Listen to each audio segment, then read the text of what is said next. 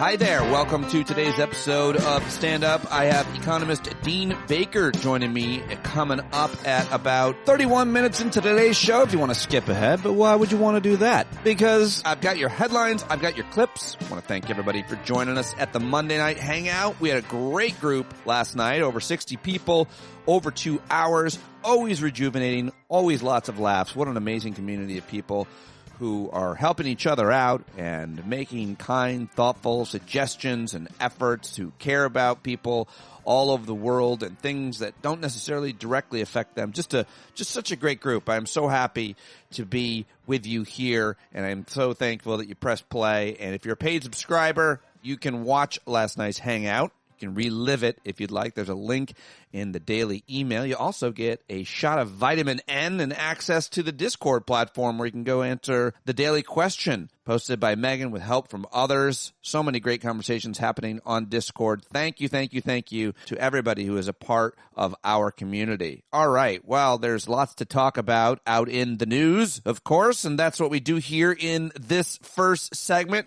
It's time for Headlines and a Clip Show. It's Pete's Headlines and Clip Show. Get in on the shit show. It ain't the worst of it though. Pete knows what you might want to hear while checking out Costco. When you're topping off Citgo. Yeah, the great John Carroll. I played the whole jingle yesterday. I don't know if I can play it every day. I don't know. Maybe I should. I'm not sure how to do radio or podcasts. I don't produce. I just talk. I'm figuring out the music part, the jingles, all the rest. It's only taken me about 4 years. All right. Well, let's get to those headlines right now. Lots happening yesterday. I guess the top story has to be, well, let's start internationally, shall we? The leaders of India apparently are pretty displeased. India's foreign ministry on Monday responded to a declaration from our Mad King on social media that he'd be applying additional tariffs on the country by calling the targeting of New Delhi unjustified and unreasonable. Uh-oh.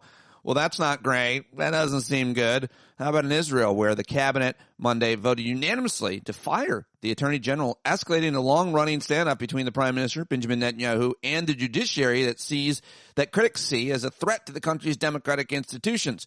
The Supreme Court froze the move while it considers the legality. So they've got their issues there as well. And now in Gaza, Israeli forces opened fire near 2 aid distribution sites run by the Israeli-backed Gaza Humanitarian Foundation as crowds of hungry Palestinians again sought food, killing at least 10 people. Witnesses and health workers said Saturday, a day after the U.S. Health officials visited a GHF site, and the U.S. ambassador called the troubled system an incredible feat?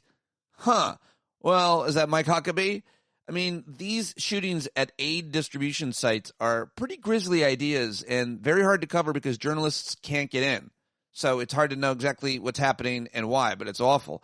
The Prime Minister, Benjamin Netanyahu, who's also a petty tyrant, has reportedly made the decision to fully occupy Gaza, apparently. Some reporting from an Israeli news outlet, Channel 12, that a decision has been made. We're going to occupy Gaza. And soon after, the Jerusalem Post confirmed the reports via the Prime Minister's office. So it is pretty terrifying what is happening in Israel. I mentioned India.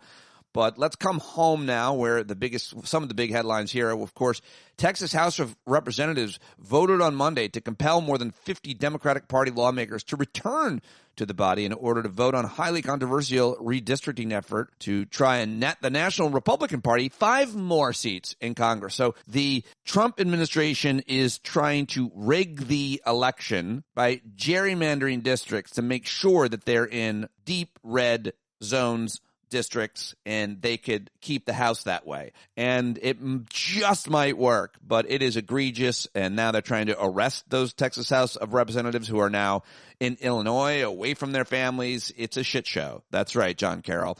And let's see, what else do I have? Well, apparently the our Attorney General, Pam Bondi, who still has a job somehow, has directed an unnamed prosecutor at the Department of Justice to bring evidence before a grand jury to consider criminal indictments pertaining to what Director of National Intelligence, Tulsi Gabbard, I can't believe she's a DNI, and the president, I can't believe he's the president, have described as a treasonous conspiracy against Trump. It's crazy, really crazy. It's not going to work. I just don't think that any judge is going to take this seriously, and it looks like that's the case so far. So there you go. What else? Who's going to defend this? The administration seeks to fulfill the president's pledge to carry out the largest deportation operation in U.S. history. Attorneys for men who say they're clients, Afghans who fear retribution from the Taliban for their work assisting the United States in 20-year war in Afghanistan, have found themselves in the crosshairs of ICE. I mean, this is crazy. This story is bonkers. And how is anybody defending this? I mean, it's a really important one, and I want to see what happens and follow up. I might even have to just do a deeper dive on that, have a guest on to talk about it. We should talk to those Afghan Americans now themselves. Deeply unsettling report out of Florida. Culture of fear has persisted at a Florida nuclear power plant owned and operated by the state's largest utility, according to a federal inspection report completed last fall. Workers were hesitant to report safety concerns at a nuclear power plant to upper management lest they face retaliation. Inspectors came to this conclusion after interviewing more than 75 employees at the St. Lucie, Florida nuclear power plant located on a barrier island an hour north of West Palm Beach. So, yeah, Floridians, tell me what we're supposed to do with that. That's reporting from the Tampa Bay Times. Latest Pew Research Center survey. 8 in 10 U.S. adults say that when it comes to important issues facing the country, Republican and Democratic voters not only disagree on plans and policies, but also cannot agree on basic facts. Yeah, that tracks. We can't agree on basic facts. In L.A., the city passed a measure to raise the minimum wage for airport and hotel workers to $30 an hour. In Yemen, more than 140 migrants are now feared dead after their boat capsized on an eastern route from Africa to the Gulf states, among the most perilous journeys in the world. Brave people, and terrible story. Also, in terrible stories, Congresswoman Nancy Mace is running for governor of South Carolina. Have you heard about this? That should go well. In California, the Gifford Fire now has burned 65,000 acres in the Los Padres National Forest in Santa Barbara and San Luis Obispo counties. If you live in that area, please let me know. Reach out. That sounds pretty bad. And that is all I've got for you. Those are the headlines that I've gathered for you in today's news segment. Now let's get to the clip show. What clips do I have for you? Let's start with Senator Chris Murphy, who's always great for a soundbite. He is a senator, of course, from Connecticut, and he is on tour because MoveOn.com, a progressive nonprofit super PAC, has launched the Won't Back Down tour to hold Republicans accountable and organize for 2026. And on this tour, on this stop, was Senator Murphy, Senator Warren, and Congressman Ansari, and Crockett, and Frost. And they're going to Republican districts. I believe this was Phoenix, Arizona. Here is Senator Chris Murphy. So listen. If we loudly and proudly run on a platform where we're telling people, if you elect us, we will make it a priority to unrig our democracy, then a lot more people are going to listen to us and take us seriously when we explain the gravity and the ferocity of what Trump is doing to destroy the rule of law, what he's doing to enrich himself off of this office.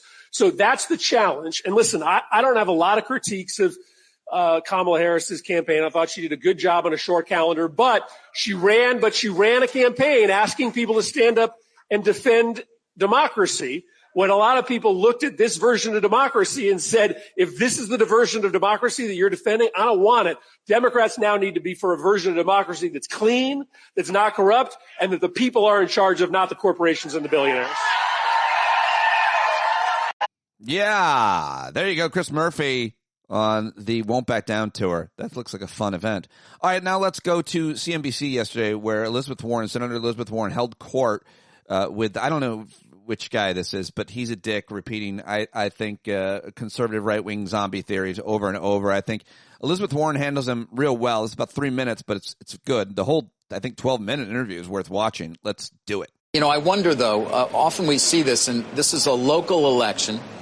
New York does not operate in a vacuum. It competes with other cities. And so this idea of somehow raising taxes on the wealthiest New Yorkers, who, by the way, I would point out, pay roughly 15% of their income right now between city and state, raising taxes on them will simply drive them away. Shouldn't the focus of a mayor be on delivering services to the constituents of the city and doing that by raising the most revenue as possible without chasing businesses and the high-income taxpayers out of the city? Because they can go to Austin, they can go to Dallas, they can go to Atlanta, they can go to Nashville. This is your issue. It's a national issue, not a local issue. The issue is affordability. Do you know how many working families are chased out of New York City every day because they can't afford housing, they can't afford groceries, they can't afford child care? What Zoran is saying is, I want people to be able to afford to live in New York City. That's what keeps it a vibrant city. That's what makes people want to live Nobody here. disagrees with that, Senator, but raising taxes in order to do it? Why is that the answer? Oh, dear. Are you worried that billionaires are going to go hungry? No, I'm worried that they're going to leave and spend their money elsewhere. You know, they've threatened to do that over and over and over. And they have. They've left. But here's the thing. And Goldman Sachs, when they create new jobs, they do it in Dallas. And Blackstone won't build a new headquarters. And go on and on. You want to have a workable city? You want to have a city that's vibrant? You want to have a city where the streets are full, where there are things for sale 24 hours a day? Then you need people who can live here and work here. Well, we've got that right now, by the way. I would point out New York is thriving. So now it's doing pretty well, actually. I'm glad you think they're doing well, because a lot of people are struggling to pay for housing. A lot of people are struggling to pay for groceries. And I got to tell you, mamas and daddies who are facing $25,000 a year to pay for child care. Those are national issues. I mean, I know they are the local state, but you can't. New York City. Yes, but if you deal with them in that way, by what is always your backup, just tax them more, they will leave. No, the backup is make this city and make this country work for everyone. I get that the Republican point of view is make this country and make every city in this country work better and better for a handful of billionaires and let everybody else eat dirt. But what Mamdani won on in a Democratic primary is he said, I'm going to address affordability. And he didn't win by one vote. No, he won by a lot. It's very much unclear he has the ability to actually do it, by the way, based on the laws and what the governor has to say and what he would actually have to do. You know, I love that as the fallback position, and that is he's fighting for the right thing, but maybe the billionaires will have a way to everybody wants a more affordable city. There's no doubt about that. The question is how you go. I actually do have a doubt about that. The build more housing. Sure don't want to pay their part on this. You build. All right. The whole thing is worth watching. What did you think about that? Let's go to now MSNBC, where Congresswoman Jasmine Crockett was on, and this is so good. I mean, she is so good at this. She nails every moment. So many good points that she makes in this quick clip. This is why I do the clip show. All this information in a quick soundbite. Almost no one is better than the Congresswoman from Texas, Jasmine Crockett, and she lights it up as usual. Ken Paxton is MAGA through and through. We're talking about someone who had been under felony indictment in the state of Texas for almost a decade. In fact, he was indicted before the felon in the White House was indicted. We're talking about someone who had been under federal investigation. We're talking about someone who was impeached by his own party and then was not convicted, as his wife sat in the jury on the Senate side. And now she has said, I want to divorce you. And she's stating that it's biblical reasons, and I guess it had nothing to do with that fake Uber account that he had when he was going to see his mistress that was a part of his impeachment trial. Let me tell you, there is drama on top of drama, and there definitely are no family values whatsoever to be found. And now we know that this same attorney general has decided that he wants to threaten these lawmakers, because they are the real criminals in the state of Texas, not the guy who should be behind bars, but the lawmakers who have decided that in a majority-minority state, they should have districts that are reflective of the people so that they can actually be in alignment with our Constitution, because that's exactly what the 15th Amendment was about. And guess what? So good. So good. Wow. Guess what? If Texas is going to do it, so are California, so is New York, apparently. We are not screwing around. This is the very tough governor from New York. It's Kathy Hochul. Of course, she's a Democrat. She was asked about this, and this is what she said she would do in reaction to Texas. And I think this is exactly what Democrats want. Unfortunately, this is where we're at. I'm curious, last decade we redid redistricting. Hard to say. Do you think, given this situation where we've had these court battles, everything, that in this 2027 amendment that you may put forward, that the Independent Redistricting Commission should be disbanded or changed in some way so that you don't have to go through that again in 32? Yes. I'm tired of fighting this fight with my hand tied behind my back. With all due respect to the good government groups, politics is a political process. And to think that we're going to do this with a purity test and make sure it's completely fair to everybody involved, the reason we are able to draw the lines because we're Democrats, because the majority of people in this state elected us to be leaders. And when we say that we cannot use that power to its fullest, then we're abdicating the responsibility that we all have. Republicans take over the legislature, they can have at it. But until then, we're in charge, and we're sick and tired of being pushed around when other states don't have the same aspirations that we always have had. And I hold those dear. But I cannot ignore that the playing field has changed dramatically. And shame on us if we ignore that fact and cling tight to the vestiges of the past. That era is over. Donald Trump eliminated that forever. Yeah, well said by my governor, Kathy Hochul, right there, and that is the future. So it's scary that we're going to be doing this. We're going to be writing our districts based on our partisan lines specifically, and I don't know what that is going to lead to, but I don't like it. I don't like it at all, but this is where we are at. Now let's go back to economics. We're going to talk with Dean Baker today. I asked him about this guy, Kevin Hassett, who he knows. He was on TV yesterday and basically admitted that there is a slowdown in hiring, but at the end he's like, Trump's a genius. So pretty ridiculous, but here it is. Just the market seemed to believe the revisions in the numbers more than they believed the original numbers. That's why you saw bond yields tumble on Friday. Are you in agreement with that? Do you think we are starting to see a real slowdown in the jobs market? Yeah, I think the jobs numbers were slower than we expected. I think that, one of the explanations for revisions is they have more complete data. And so I think it is likely that the revisions are a better read of the data if the data are not being manipulated. And so, yeah, I would say that it's a little bit weaker. But don't forget, this is before the big, beautiful bill is really kicking in. And so with our eyes on the horizon, we're highly optimistic about the future of this economy. We've got the big, beautiful bill. We've got expensing of factories, got no taxes on tips. We've got incomes going up $10,000 for a typical family. And we've got all of that happening while the budget deficit's declining rapidly because of the tariff revenue. And so there are a lot of really good reasons to be super optimistic about the second half of the year. But absolutely, that jobs number, if the revision turns out to be true, does suggest that there's less momentum than we thought.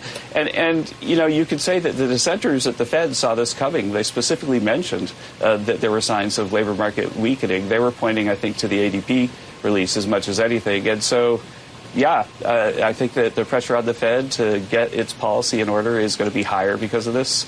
And that's, proving that the president was right about it. No, he wasn't right about shit. But still, there you go. There you have it. How about this clip? This is very good as well. I played some of this the day before, and I don't know if the full thing is up or if they're leaking it out to mess with us, but it was on Al Jazeera, and it was hosted by Mehdi Hasan, one of the, if not the best debaters, journalists, interlocutors in all of political media, television in America. He had Trump's former chief of staff, Mick Mulvaney, on. Trump won. And in the audience, he had special guests there, including conservative attorney George Conway. And this is how that sounded, and it's very good. Fair to talk about fascism, authoritarianism. He didn't accept any of the examples I gave. Why do you think Trump is an authoritarian? Because of the very things that Mitt wrote about in 2020. He thought it was possible that Donald Trump would ignore the results of the 2020 election. That's a fascist. That's authoritarian. He's also a pathological liar because he continued after people who came into the White House and told him, you lost. And he didn't want to believe them. He brought in other people. No staff person could prevent him from doing that. He wanted somebody to justify his lies. He is a pathological liar with no moral conscience, no decency, no honor. And that is the problem. And all of those people end up being fascists. You were right after January 6th. And I think it's a disgrace that you now sit here and try to defend him when basically he's done nothing but get worse. I know the information he was getting at the time. And if you were in the White House and every single person who walked in and said, you won, you won, you won, you won, what would you believe? The evidence was to the contrary. They didn't say he won. His own lawyers told him he won. The Justice Department people told him they would resign if they tried to make him. As George points out, the DOJ were telling him he lost. Bill Barr was telling him he lost. The guy's telling me he won was the My Pillow guy. Maybe he shouldn't have been inviting the My Pillow guy into the White House. And maybe that's disqualifying. I don't like the fact that My Pillow guy was a senior advisor to the president. Whose fault was that? Donald Trump is ultimately responsible for his advisors. There's no question. So why give him a pass then? Because I understand how the presidency works. It's one of the most isolated. There's never been a president like this. You know this. That's fine, but that doesn't mean it's fascist. All presidents are different. Yes, he is his own thing, and I get that. Isn't the problem, though, Mick, twice now tonight you've said he got bad information on the photo, he got bad information on the election. Maybe the President of the United States should be someone who's smart enough to reject bad information. Again, it's fact. It's an easy rhetorical point. It doesn't make you. Leaders should be smart. It doesn't dumb. make you a fascist authoritarian if you don't do what you just said. Put that to one side. Face it. You accept that leaders should be smart and not dumb. Yes, I would prefer people to be smart and not dumb. And yet tonight you've told the audience that Donald Trump was dumb on 2 occasions. He listened to a My Pillow guy and he listened to an unnamed aide who gave him a clearly doctored image. My difficulty with the Trump decision-making was allowing those people to be advisors to the president in the first place. All right, they just ran circles around Mick Mulvaney, yet he maintained his confident posture both physically and vocally. I got to hand it to him. That was crazy. Let's go back to that Texas redistricting issue, and I want to introduce you to the state Congresswoman Jolanda Jones, who is also not effing around. She's a criminal justice attorney, and here she is yesterday talking after they left Texas to stop this, and I want you to hear this.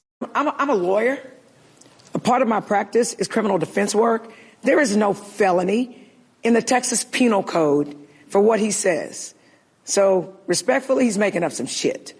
Okay? He's trying to get sound bites, and he has no legal mechanism. And if he did, subpoenas from Texas don't work in New York. So he gonna come get us how? Subpoenas in Texas don't work in Chicago. He's gonna come get us how? So let me be clear. He's putting up smoke and mirrors. And I'm hopeful that the media doesn't follow that. All right, there she goes. And here's another one. This is James Tallarico of Texas. This is a blatant, egregious power grab by the President of the United States. He's trying to rig the upcoming midterm elections because he's worried he's going to lose. He's worried he's going to face accountability from the voters for kicking millions of Americans off their health care, for wrecking the economy, for starting wars, for protecting pedophiles. And he should face those consequences. That's how our American democracy is supposed to work. And so my colleagues and I are ready to face whatever consequences may come to stand up for our constituents and, frankly, for all Americans, Democrats, independents, and Republicans. All right, that story's not going to go away. I bet it's in the news every day, and it should be. These state congressmen are traveling around, and they're making as much noise as they can about the racist redistricting that they're doing in Texas. All right, here's Senator Cory Booker. CNN's Manu Raju caught up with him and asked him why he hasn't endorsed the winner of the Democratic race, the Democratic primary in New York City. He, of course, lives just miles away and represents New Jersey. And he says he doesn't like to weigh in. This is complete bullshit. This guy won the Democratic primary. You endorse him almost always, right? About Mamdani, are you going to support him? I have learned a long time ago. Let New York politics be New York politics. We got enough challenges in Jersey. I got a governor's race. I'm supporting Mikey Sherrill. I got legislative races. That's where my energy is going to go going into November. New York City, I love you. You're my neighbor. You're about 10 miles from where I live. You guys figure out your elections. I'm going to focus on mine. All right. So disappointing. So disappointing. What's he doing? Why is he doing that? I have some ideas, but I don't know. We'd have to ask him specifically. Good luck. All right, now it's time for some comedy. Let's check in with the Late Show at CBS, Stephen Colbert, as I probably will almost every day that I can, seeing as that he is on fire. You know something? No, you don't. Because things cannot be known anymore. What you thought you knew is just history. Especially history, because the Smithsonian has now removed Trump from the impeachment exhibit in the American History Museum. Oh, now you care what's in the American History Museum. Where was that enthusiasm when Dad worked so hard to plan the family trip to D.C.? Here's what happened. The Smithsonian has got a long-standing exhibit on presidential impeachment. It's got the Watergate file, cabinet, whatever Andrew Johnson did bad, a bunch of Bill Clinton sex stuff, non-Epstein edition. In 2021, after the whole Trump sent a mob to storm the Capitol thing, they added a label that included content about Trump's 2 impeachments. But then, according to an insider last month, they removed the label as part of a content review following pressure from the White House. That kind of pressure explains why the Smithsonian exhibit on the 1960s now says that the Vietnam War was started by Jimmy Kimmel. Yeah. Wow. Yeah. Yeah, I love it. Very funny. And let's check in with our friend Trey Crowder, who's done another car rant, which I love these 3-minute bits he does. I don't know how he performs them and writes them so well, but I'm always very impressed and laugh a lot at his perspective and his jokes.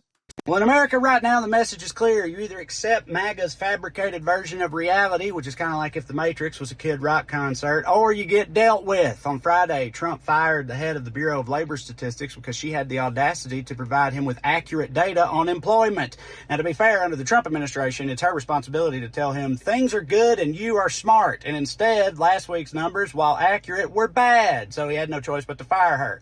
And look, that's obviously ridiculous, but it's also very on brand for him. If you stop testing for COVID, cases go down. If you stop counting votes, he can't lose the election. MAGA operates under this notion that if you angrily dislike an inconvenient reality hard enough, it will cease being real. But COVID still killed millions, Biden still won, and trans people still walk among us each and every day, right? But all that's only true if you live outside of the MAGA matrix, out here in the free city of Zion. Like, we'll just abandon that metaphor there, but you know what I mean? Out here in dumb old reality with the rest of us sheep who go on believing things to be true simply because they actually happen, like a bunch of idiots. No, in 2025, millions of Americans live in a reality of their own choosing, and Trump knows that, and he helps them to sculpt it every day. It's a trick he picked up from his dictator buddies. You know, when that new labor chief comes into his office with next week's jobs report, they're going to be like, thanks for coming in. Before you read your report, you see that gigantic mute goon standing ominously over there?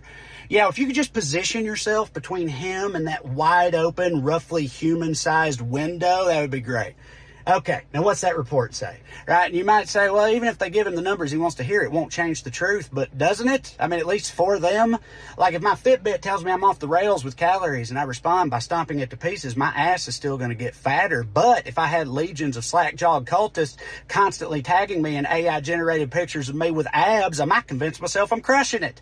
And yeah, if they keep pretending the data is good when it isn't, the economy will collapse, yes, but when it does, you don't think MAGA will be out here in these streets wearing burlap sacks, eating cat food, talking about, thank God Donald Trump saved this country from Joe Biden. You know, if he was still the president, we'd all be eating grass like a bunch of gays. Like, you don't think they'd do that? I totally think they'd do that. They're more than happy to live in the world they've crafted for themselves, but that don't mean the rest of us have to. Not yet, anyway. Right now, Texas Democrats have fled the state in a last-ditch effort to prevent the Republicans there from redistricting it into an illegitimate version of itself that suits them better than the actual will of the people does. And I don't know if that plan's going to work, but I'm glad they're trying it. Now you got blue state governors floating the idea of their own redistricting as a countermeasure, and I say go for it. Fight fire with fire, man. Put everything on the table. Do everything you can to kick their sandcastle over and cling desperately to the truth and the idea that it still means something. That's all we can do. And in the meantime, maybe stock up on cat food. Love y'all. Yeah, there he goes, Trey Crowder. Oh, good. Real good stuff. And before I get to Dean Baker, I just want to play a mashup from NBC's Meet the Press, because Kirsten Welker was talking, of course, about that story, the big story, just getting rid of the statistics. That's what I'm talking about with Dean Baker today, just throwing out the excerpts because you don't like the numbers. And this is a mashup. It's got 2 Republican senators and 2 Democrats you may or may not recognize, but I wanted to play this before I jumped into my conversation with Dean. Report on Friday.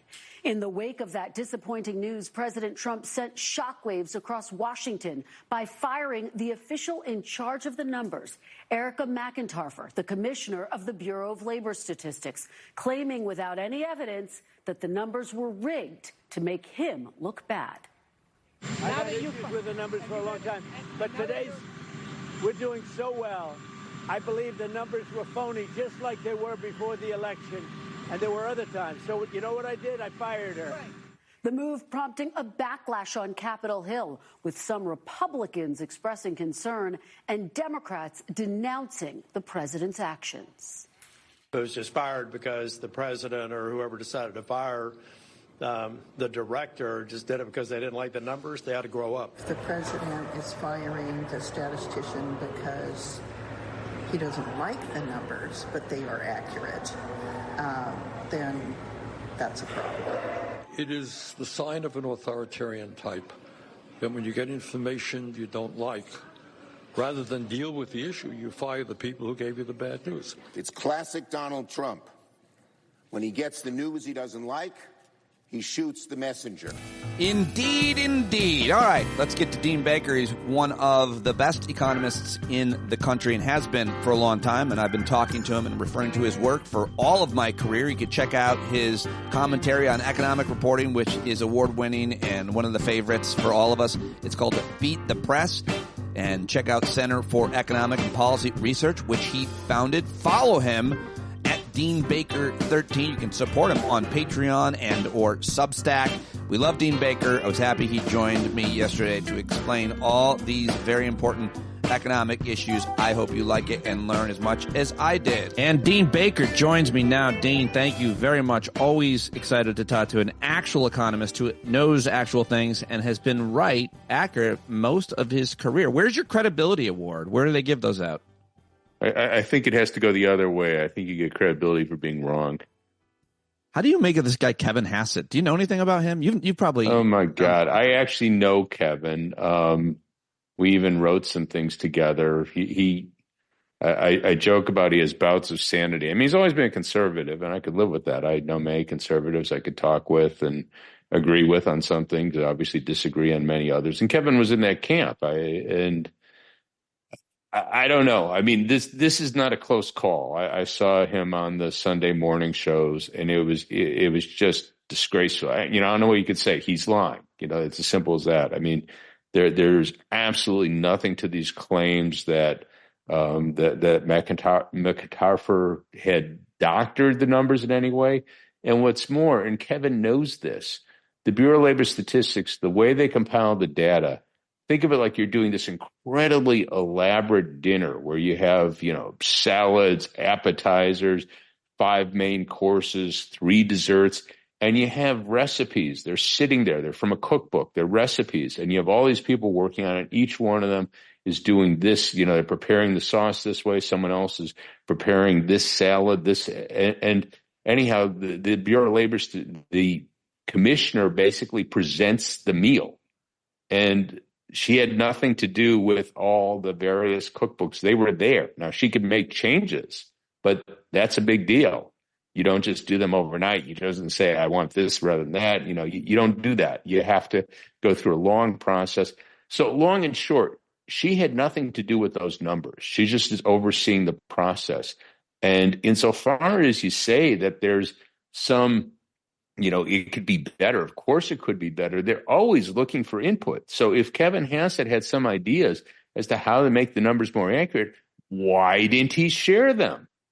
Right. So this is just really absolutely nuts. The bottom line is Trump didn't like the numbers. He fires the messenger.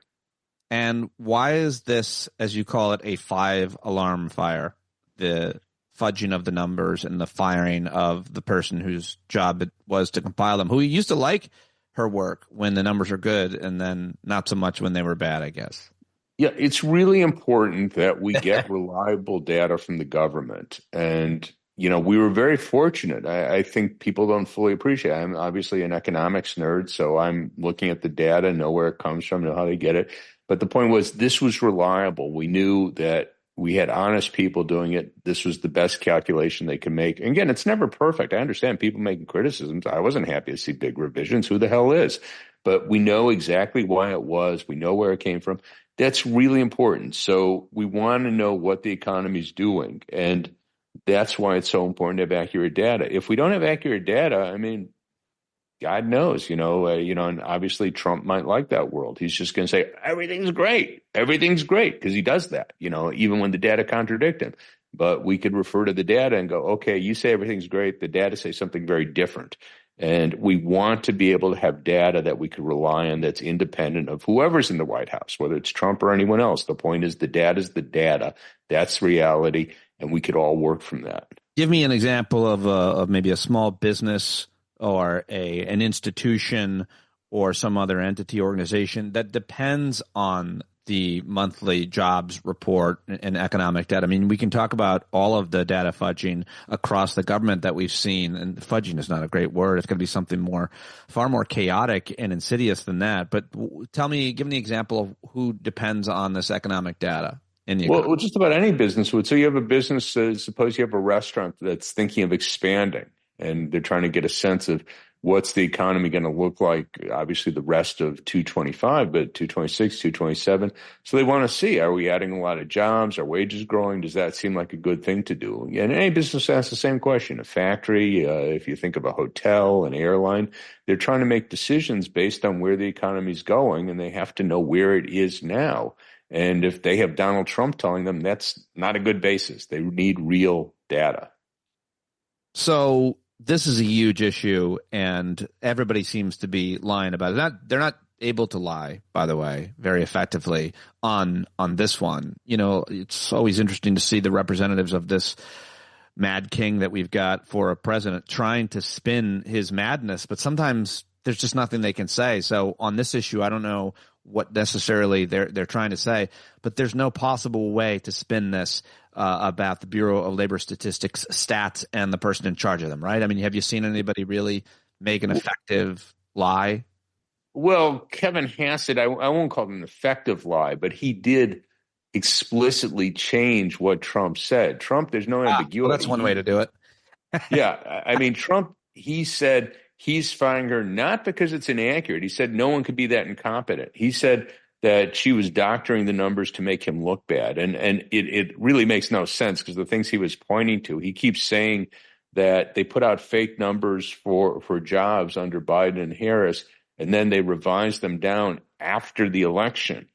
Well, that's really not a debatable point. They revised the numbers down in August, 2.5 months before the election. We have news articles on it. There's not really any doubt when they revised down the numbers. Now, how that was supposed to help Harris or Biden is beyond belief, but that was what he's claiming. So he explicitly said he thinks she's doctoring the data. She's putting out numbers to make him look bad. Kevin Hassett flipped that over and said, oh, no, he's unhappy because they're inaccurate. Not that they're biased, but that they're inaccurate. And that is not what he said. He was very clear what he said. It's all in writing. That's right. That's how he did it. He just misquoted him. Okay, well, there are other factors that are animating the economy in bad ways. All seem to be self-inflicted wounds. And I think we've got to talk about the trade wars that the president has started. Back in April, he started it all. He called it Liberation Day. He scared the hell out of the world and everybody who works with him and everybody who has any influence on him as well. Apparently, they made changes while he was out of the room or something. But about 3 days after the announcement, he came out and he caved and he gave this kind of 90-day reprieve. Well, now we are there. But my question to you is, the predictions then were off the charts. I've never heard people talking about this kind of dire consequences we would face in predictions we would make if he kept these tariffs up.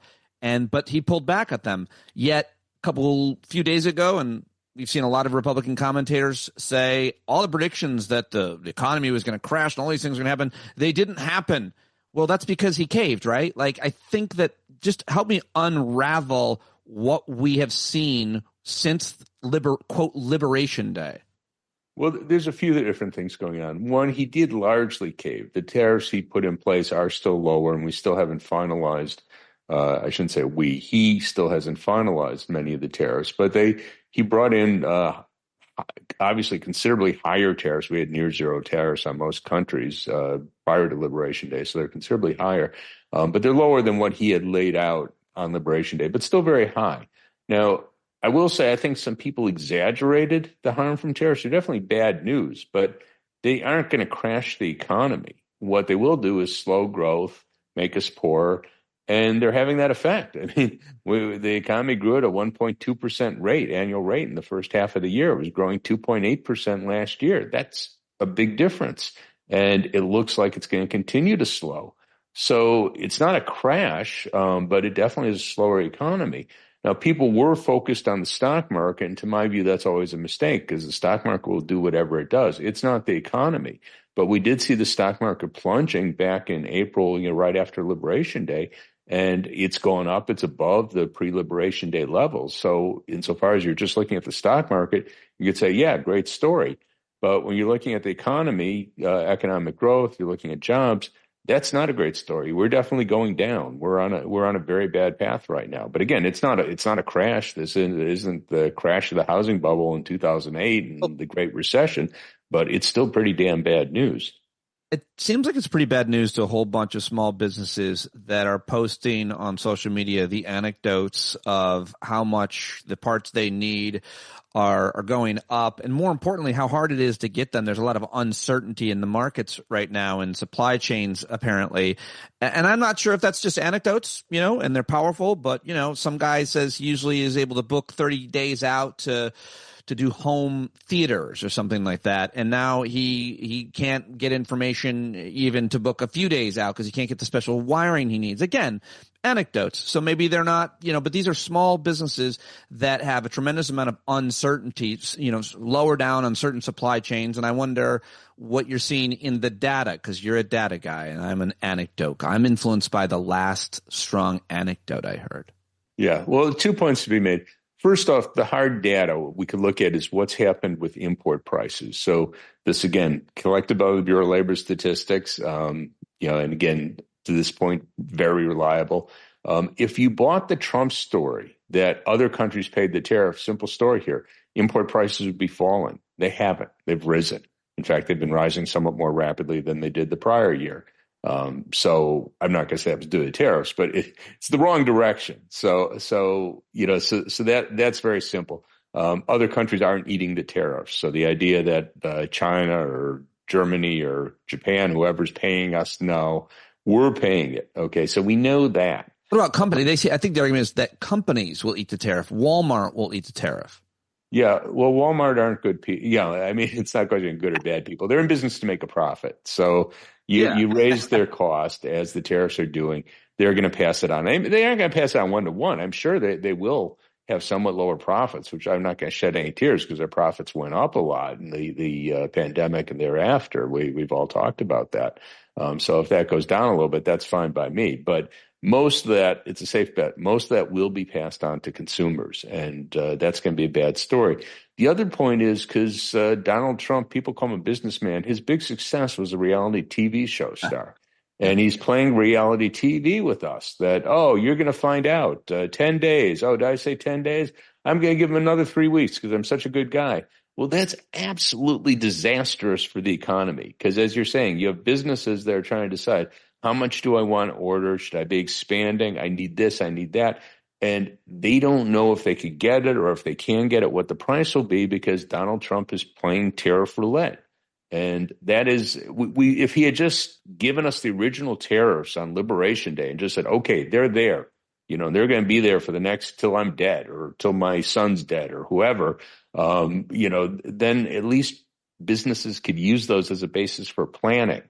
But, where we have Trump roulette determining whatever the tariff's going to be, you can't plan. I love that you think Trump is going to die someday. We'll all die before him. That's how much of a narcissist he is. Like that's why, he's going to nuke us all just because he wants to make sure he's the last one alive. All right, that got dark. But I want to ask you also just about the inflationary pressures and what the numbers are, because that's the big political sticking point. I mean, we get so caught up, I certainly do, in all the latest scandal and lies and horror that we see every day. And then it leads you to thinking, well, this will surely affect someone's vote come the next election and so on. But as well as I do, that really the main primary factor is the cost of things and the cost of living around election day, even more specifically. And so I'm not asking you where we're going to be in the midterm elections if we have them or the next time around. I'm asking you, what are we seeing in inflation? And because that was the most animated, and I think it's fair to say, issue of the last election. And it seems like nothing is going down. Is anything cheaper, Dean? Not that I could see. I mean, rents are rising less rapidly, but direction change. I mean, there's no prices I could think of that are falling. So if that's the question, and Trump did say he was going to bring prices down. Then he said that was kind of a joke, which, I mean, he said that. He didn't call it a joke, but he said, well, maybe you can't bring them down. That's hard to do. But in any case, inflation the first half of this year, there are different measures, but the one the Fed looks at, personal consumption expenditure deflator, people have to know what that is, but that's what the Fed focuses on. It rose at a 3% annual rate in the first half of this year. It had been rising about 2.5%, and everyone expected that to continue to drop. So we had very high inflation, of course, in the pandemic, 222, began to come down 223, came down more in 224, and pretty much everyone's expecting that to continue. Instead, that's going the other way. It's 3%. So I'm not going to go hair on fire, oh my God, 3%. But it's the wrong direction. And for what it's worth, I don't agree with it, but the Fed has a 2% inflation target, and we're not hitting it. We're going the other way. So that's a problem. Again, maybe the Fed shouldn't have that target. I personally don't think they should, but they do. So that's a problem. And 3% inflation is that's eroding people's paychecks, and wage growth has slowed. So you have a lot of people that are not keeping pace with inflation at this point. What do you make of the potential that the president would fire Jerome Powell and replace him with a sycophant, a lackey? I mean, either way, I think Powell's done next year, right? So it's going to happen. I mean, there's a lot of dire predictions about what that would signal to the rest of the world if the chairman of the Fed was the My Pillow guy. Yeah, well, it is a problem, and it's a safe bet he will appoint a sycophant, because that's the criteria of Trump of getting a high position as administration, is that you're a sycophant. If you also happen to know a little economics, that's good, but it really doesn't matter at the end of the day. You'll do what he tells you to do, and yeah, that's going to be a problem. So what matters for most economic activity actually isn't, we hear all the attention about the short-term interest rates. The Fed going to lower it's 4.25 now. They're going to lower it to 4. Trump saying they should lower 3 percentage points.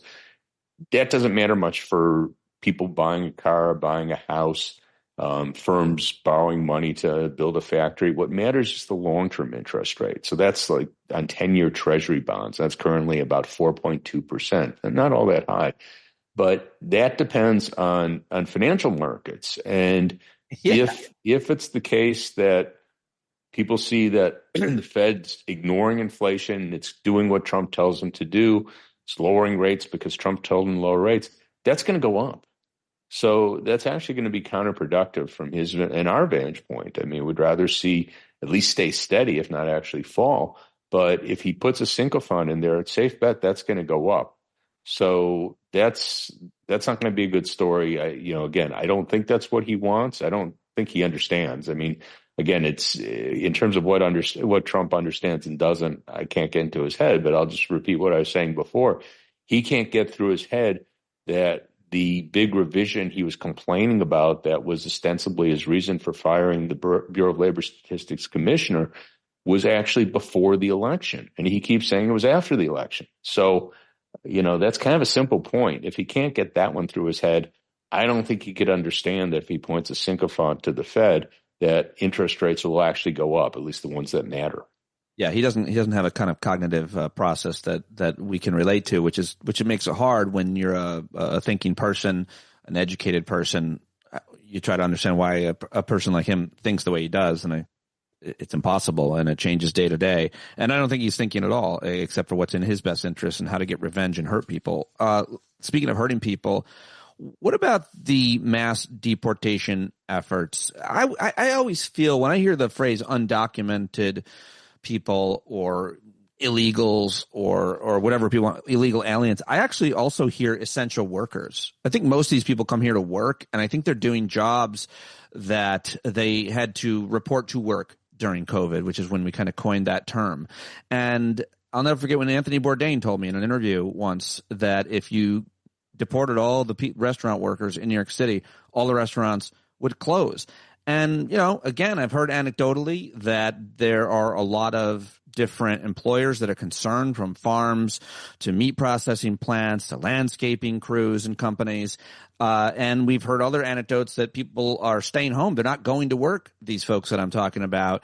How much of that is true? How much does the mass deportations affect the economy and what we're seeing right now? How do you know? It must be hard to track. It is hard to track. I mean, we have data on non-native workers and that the Bureau of Labor Statistics puts out every month, and we have fewer people. I think we're down about 300,000 this year compared with last. Now, I don't make too much of that just because that's very erratic. I'd want to see it over several months, but year over year, just looking July 224, July 225, we're down around 300,000. So I think that does reflect the reality. Again, I just wouldn't put too much stock in that actual number. But these workers are, as you say, they're essential to many sectors of the economy. First and foremost, agriculture, but restaurants, hotels, many of them are in home health care, construction. They're a huge part of the construction industry. And there's been research on this that you deport. I mean, the Trump story or Trumpers story is that they're taking jobs from Americans, the native-born Americans. That's clearly not true in agriculture. Not a lot of people want to work in these jobs in the fields. They're pretty awful jobs, low paying. Construction, you could say there might be some. There clearly are some cases. But there's been research that when you tighten up on immigration, because this was done under Obama, they were tightening secure communities, I think it was called. Anyhow, that actually led to less construction. So what happened was you didn't create jobs for native-born citizens. What you did was you just had less construction because you needed these immigrant workers. So it would be a big blow to the economy. It already is a blow to the economy. It would be bigger as they deport more. People are scared to go to work. And what's incredible here is that his whole story, he sold this thing on a myth in the sense that during his campaign, he kept running around saying these are murderers, these are crazy people. He said they opened the asylums. I'm convinced, well, who knows what's in his head, but I think he's confused people come here seeking asylum. I'm serious with that they were let out of asylums. He saw a Batman movie, and that's I never. Oh God, that made me. I never thought that, but insofar as he's making any sense at all, I think that is what he is thinking. Because where else? No one's emptied their asylum. Asylums, no, for asylums, sir. From, no, for. But anyhow, so he's created this myth, and you remember about the Haitians eating. Do I remember the worst thing I think we heard? I think it was the worst thing. Yeah. Yeah. So. The people who were supporting him saying, yeah, mass deportation. Yeah, they want to get rid of the criminals and the rapists. And, I think just about everyone does. And, that had always been the policy. But the fact is the millions of people that came here, very few of them are rapists and murderers or whatever. They're people who are doing hard work at low pay that, for the most part, native-born Americans don't want to do. If you're worried about rape and murder, you definitely should look at your neighbor or trusted clergy member in town who's an American citizen. Not the people living in the shadows who don't even want to be seen. They just want to work. It's just a crazy thing to believe. I'm sorry to interrupt you, but that's what you tell people. Yeah, no, and what's striking, and there's been a lot of polling on this, and almost always finds the same thing. the overwhelming majority of people think that these people should be able to come here legally. Because the ones they know. And there have been efforts, bipartisan efforts. There were several times George W. Bush had an immigration bill, immigration reform that came very close to passing in the House and Senate. And then you had the right wingers say, no, this is a great issue for us. We don't want to give it up, So it's a common sense thing. Most people agree with it. And the only reason why you have so many people yelling, oh, yeah, deport them, is because they're thinking that we have these rapists and murderers, but that's not who we're deporting. It's always true, too, locally when people know, like in Ohio, where those poor Haitian people were attacked. They were like the underpinning of like one of the main factories, and everybody knew it. Like everybody knew, and they're also great people. I mean, they're really great neighbors and hardworking folks, and the people there knew it. The rest of the country's like, ew, Haitians, but everybody in that town was like, these people are awesome. And if we didn't have them here, this factory wouldn't be here, and we wouldn't have this money coming into our restaurant, et cetera, and so on. So when you know the people that are working, my neighbor across the street's always screaming on Facebook about undocumented people, and then I'm looking out my window and he's got a whole landscaping crew on his yard. I'm just guessing that they're not from Utica. So let me ask you one more question, which is about cost of living issues. And everybody's talking about this guy running for mayor in New York City, Zohran Mamdani. And today I saw Elizabeth Warren on CNBC with some jamoke who was just terrible. And they always make this argument, Dean, that if you raise taxes on wealthy, they're going to leave New York in this case, and they're going to take their businesses, by the way. And Elizabeth Warren made a really good argument. I wish you would have pushed harder on it, because if the truth is the vast majority of people that are working in New York City are having to commute ridiculously long commutes to make it. Sometimes their minimum wage job or just above hour and a half, because they can't possibly afford to live in New York. So you're actually forcing the majority of workers out of New York, but they always make this argument about billionaires leaving. So I wonder, what the data says about potential raising taxes, which we almost never do. It's just this zombie argument, and what it really means and who it really affects the most. Well, I think you have more room to raise taxes on businesses because they have, they're there. It's very costly for them to leave. I will say you raise taxes on the rich, and some will leave. I don't think there's any doubt about that. I mean, there's kind of obviously the people who don't want the rich to pay more taxes, they create this image. Oh yeah, they're all going to get the moving van and move the next day. That's nonsense. That's not true.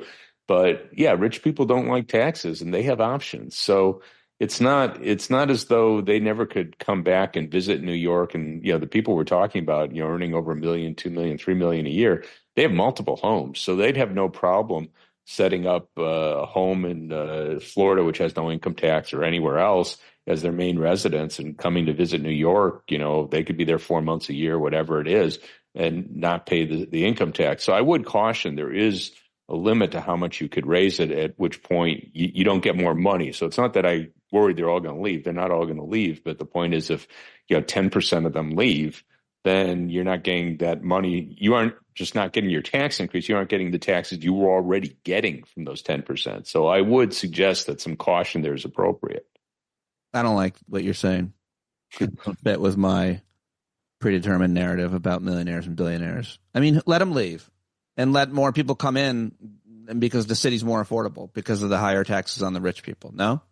Well, you won't have the money though. So, don't tell me I won't have the money. Don't. Again, I don't mind seeing them leave. That's fine by me. But again, you want to get money out of them, and if they leave, they're not paying you income tax. Yeah, we talk about aren't we talking about like effective versus marginal tax, what they actually pay, what they're supposed to pay versus what they actually pay oftentimes. I also thought that Elizabeth Warren would have said that in that interview, but she didn't. I used to hear about that. If you raise the effective tax rate, however it's done, whether you're getting rid of a loophole or you're actually raising the rate, you're giving them more reason to leave. And again, it's not 0-1. There are always people leaving. There's always rich people leaving. It's not again, it's not a secret. Trump used to be a New York resident, and he's now in Florida. He's probably worried about their criminal laws. But in any case, there are always people that are going back and forth. And if you have higher taxes, it's a safe bet. More are going to be leaving, fewer will be coming in. But it's not that they're all going to leave. I mean, that's just silly. But, you will have more who decide to leave and more who decide, maybe they'll take a job in the area, but they'll live in Connecticut, they'll live in New Jersey, they won't live in New York. I lied. I have one more question. It's about Medicaid work requirements. You got time for it? Yeah, sure thing. Just really offensive to me, the idea that the argument, and it's now widely accepted, I think, in a lot of different sectors, not only conservatives, that you should have to have skin in the game and you should have to go to work to qualify for health insurance. The argument I make is I think you could be a pot-smoking, abusive asshole who lives in your parents' basement. I think you should still have affordable health insurance. I don't think you should have to work at all for it, but that's the argument they're making, work requirements for Medicaid. And the truth I'm understanding is that's a nightmare to try to track for people to report how many hours they've worked if they're working part-time. It's only going to make things harder. I just wanted to get, you don't have to respond to what I'm saying, but I definitely just want to get your thoughts on work requirements to be eligible for Medicaid. Yeah, well, there's a couple of things. I mean, first off, the myth they have that, people are living the good life in their mother's basement. Getting fat on Medicaid, like it's insurance. It's not a... Yeah, you never get a penny out of it. It just means that if you go to the hospital, they pay your bill.